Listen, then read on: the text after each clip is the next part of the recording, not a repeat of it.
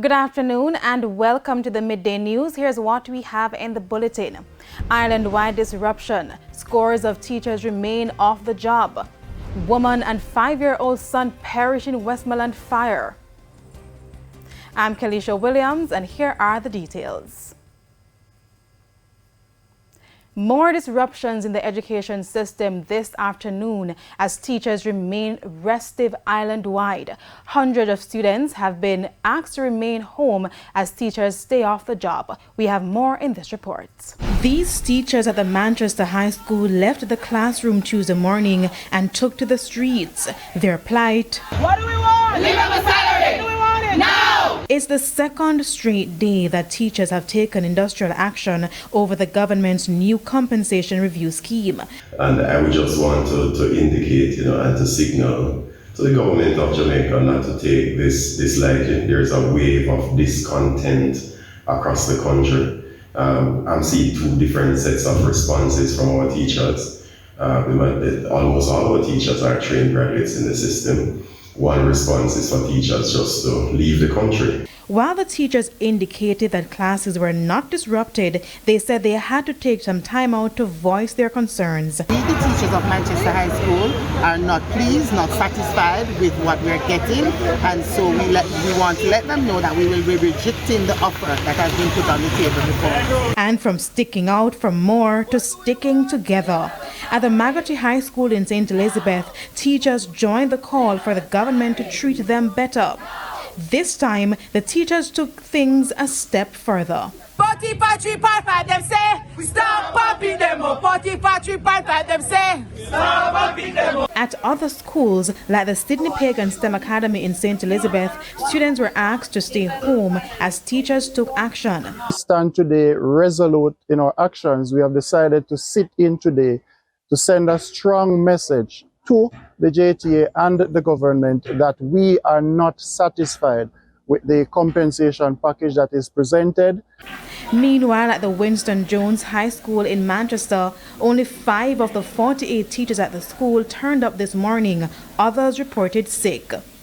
Students who turned up for classes had to return home. The Garvey Masayo High School in Clarendon advised students to remain at home and conduct assignments virtually, while the Central High School, also in the parish, told parents and guardians that it cannot guarantee that normality will be restored at the institution today. A similar statement was also issued by the principal of the Glenmuir High School. TVJ News also understands that teachers from at least 6 schools in St. Anne have stayed off the job. We go now to the latest from the One Don Gang trial, where Andre Blackman Bryan has been found guilty of being the leader of the criminal organization. During his summation, Chief Justice Brian Sykes concluded that given the counts on the indictment on which Bryan has been convicted, it is clear to say he is the leader. Justice Sykes pointed to the evidence in counts 7, 8, 12, 19 and 6, which he said showed that Bryan was engaged in behavior that shows that he is the head. As it relates to defendant Kevon Green, he was freed of being a member of the One Don Gang. Now, Justice Sykes says in relation to counts 3, 4 and 10, the witnesses were unable to point to details of any conduct engaged by Mr. Green. Referring to the evidence presented, Justice Sykes said there is nothing which suggests that Green is a member. And as we speak, the judge is continuing his summation and will have a comprehensive report in primetime news at 7. A 37-year-old woman and her 5-year-old son died in a house fire in Berkshire, Westmoreland on Monday. The woman has been identified as Keisha Walters and her son Joel Brown. Public Relations Officer at the Jamaica Fire Brigade, Emilio Banks, says the cause of the fire is not known. At 11:10 p.m. last night, we received a call that there was a house on fire in Berkshire, Westmoreland. We responded from the Savanamar Fire Station. On arrival, we found a 2-apartment dwelling house constructed of board and zinc roofing. We were informed that there might be 2 individuals in the house, so we went into search and rescue. And during the search and rescue operation, we came across the burnt remains of 2 individuals. First, there were concerns about the water shortage and an ongoing dust nuisance. Now, several business owners in Fairhill, Portland are seeking a lifeline after 4 shops were destroyed by fire Tuesday morning. Residents believe it was an arson attack. We have more in this report. Firefighters battled the blaze in the night, and by morning the destruction was quite evident. All that's left of these 4 shops in Fairhill, Portland is rubble and memories. One of the owners, David Brown, told us what happened. Somebody knocked off me door and wake me. The fire is on the building. And when we look outside, I see I have a building for the hen, catch fire. And we try to out. I try to out it and it built up so high that we couldn't get it until it get 4 buildings. The 4 shops are all grocery stores. Mr. Brown said he is still struggling to come to terms with the incident. One woman who wished to remain unidentified said her shop is the only one that was not affected by the fire. When I reached that place on fire, the back part of this sketch, and it spread across. So my husband come in and start throw some water we have inside here to save this. And then it spread along. It's not clear what caused the fire, but some persons believed it was an arson attack. The incident has left residents in fear. I can't feel good. Very uncomfortable. You know, we don't know what's going on. As for the value of the items lost, Yeah, I wish I had about $300,000 of wood. And in terms of your shop, what would be your estimate of the rate? We just estimate the shop, not put $500,000, you know.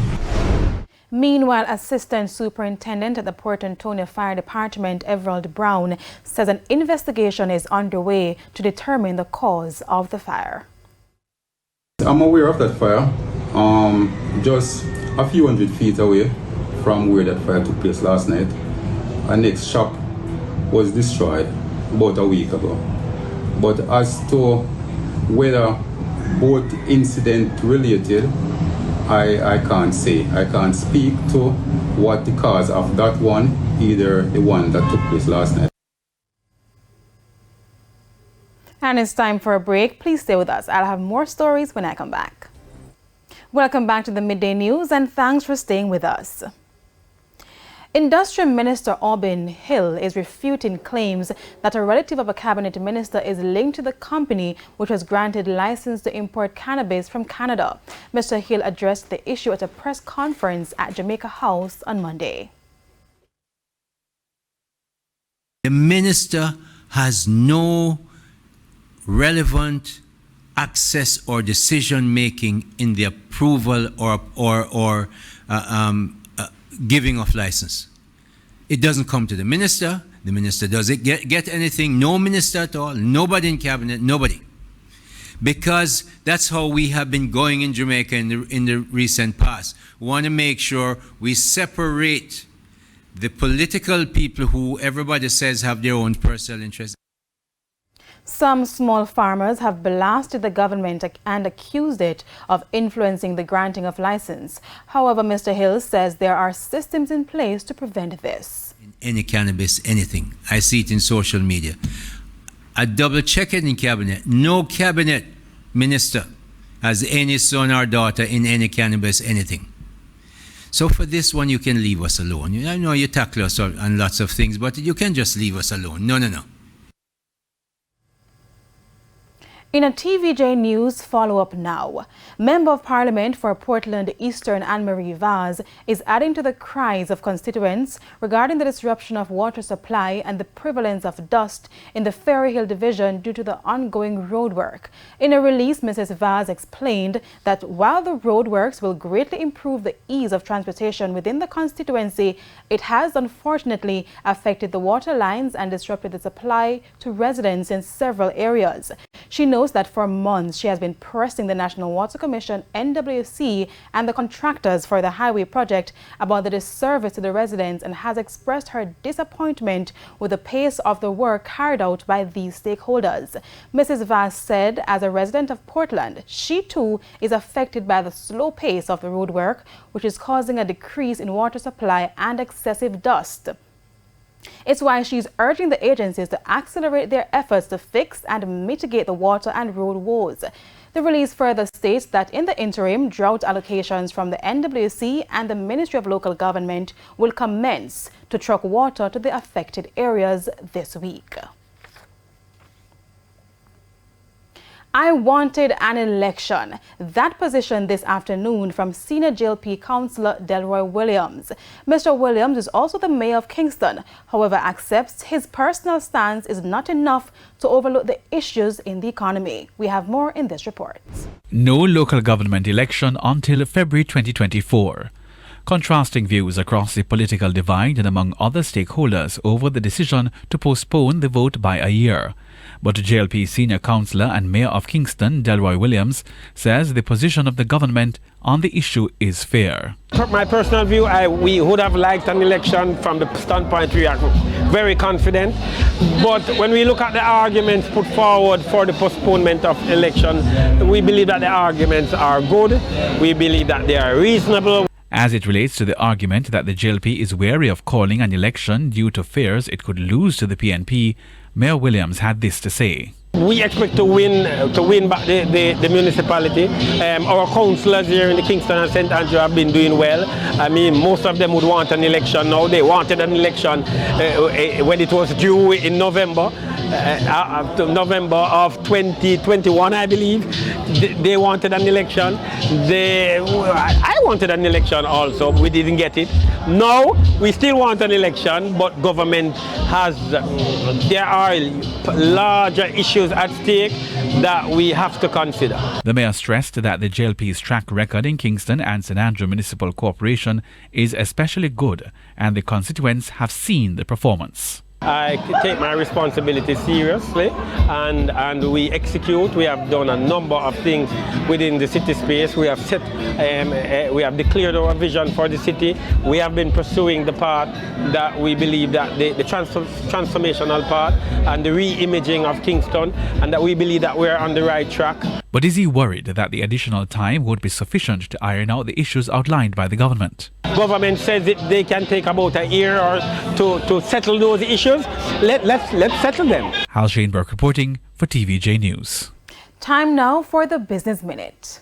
National Commercial Bank has launched a new digital payment product called NCB Pay.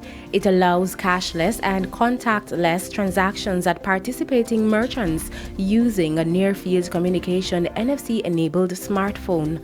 The application comes at a time when contactless cards have increased in circulation.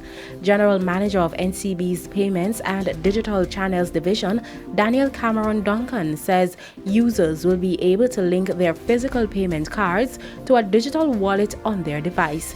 The smartphone may then be used at compatible point-of-sale terminals or NFC-enabled payment devices to make payment via the NCB Pay app. This would be similar to tapping a card with contactless technology. Further afield, TikTok CEO Shu Chu defended the app's ties to China on Monday at a Harvard Business Review conference. It comes just weeks before he is scheduled to testify before Congress. Chu discussed TikTok's mission and fielded questions about how U.S. user data is protected from being accessed in China.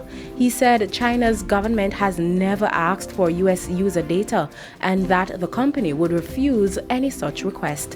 He added that all U.S. user data is stored by default in the Oracle Cloud infrastructure, and access to that data is completely controlled by U.S. personnel. Chu was asked if TikTok could be used to spew Chinese government propaganda to U.S. audience. He answered by saying misinformation and propaganda have no place on the platform and that he believes it would be bad for business. And that was the Business Minute. I'm Sandy Williams. And now for the top regional and international stories. In the region, The opposition United Workers' Party, UWP, is calling on the Dominican government to revisit the policy to legalize the possession of 28 grams of marijuana. The United Workers' Party says while it supports the medicinal cannabis industry, young people must be protected at all costs and measures must be put in place to channel their energy into productive areas. The UWP also recommends that the government revisits its drug policy by taking a balanced and coherent approach to address the evolving challenges posed. On the international scene, federal antitrust enforcers in the United States are preparing to file a lawsuit to block the proposed $3.8 billion acquisition of Spirit Airlines by JetBlue Airways. This comes as officials say the deal will be particularly harmful for price-sensitive consumers who depend on Spirit Airlines for their low fares. This case is the latest example of efforts by U.S. President Joe Biden's administration to fight proposed mergers in key industries, including publishing, healthcare, and technology. And there is a sixth nationwide strike in France on Tuesday as the government plans to raise the retirement age for most workers. Officials say with the increased pressure on lawmakers, power production will be reduced, fuel deliveries will be disrupted, and many teachers will walk off the job. However, the unions and opposition parties are encouraging people to bring France to a halt. And those were the top regional and international stories. I'm Hal Shane Burke. We head to a quick break. When we come back, we'll have your midday sports report. Jermaine Brown is here on standby.